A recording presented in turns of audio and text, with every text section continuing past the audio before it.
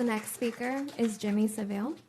Thank you. I want to address a very serious issue in our community, and that's transphobia. Last year, my wife and I adopted a 2-year-old boy from Uganda, Africa.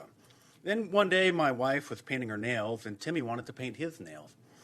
And then my wife had been reading articles on BuzzFeed and watching TikTok videos about gender identity, and we learned that gender is just a social construct, and realized that Timmy was assigned male at birth, having been based on external characteristics with nothing to do that was based on anything in reality whatsoever. And that's when we realized that Timmy was a girl. We transitioned Timmy into Tammy, and that's when the problems started. The other parents at the daycare center were uncomfortable with our decision, and even the child care workers. Didn't you adopt a boy, they said? Well, haven't you seen TikTok, I said? This is what all of the parents are doing. Thankfully, we found a transgender clinic down in Tijuana after being rejected by 3 clinics here in Carlsbad that would do the bottom surgery for Tammy.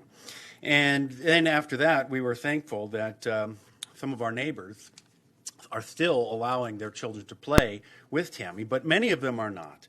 They said, well, we don't think that having a drag queen over for Timmy's 3rd birthday was appropriate. And I said, haven't you heard of Drag Queen Story Hour? This is what everyone is doing.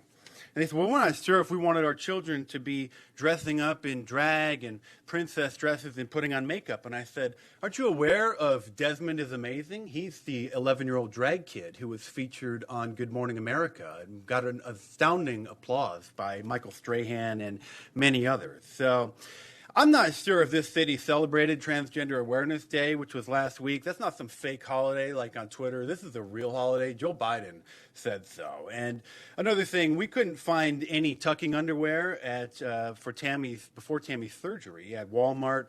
We didn't check Target. They do have a Pride section, so maybe we should have done that. But we'd expect this kind of transphobia over in Florida under Ron DeSantis' leadership, but not here in California with Governor Gavin Newsom. This is just ridiculous. So we're going to be raising our daughter as a trans daughter that we're not going to let anything stand in her way.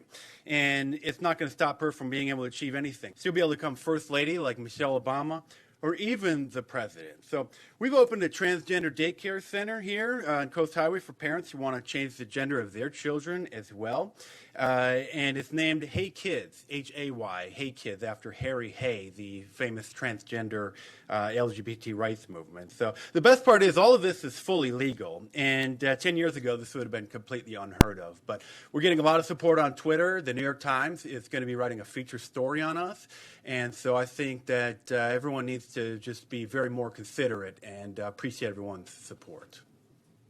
And we thank you very much. Thank you.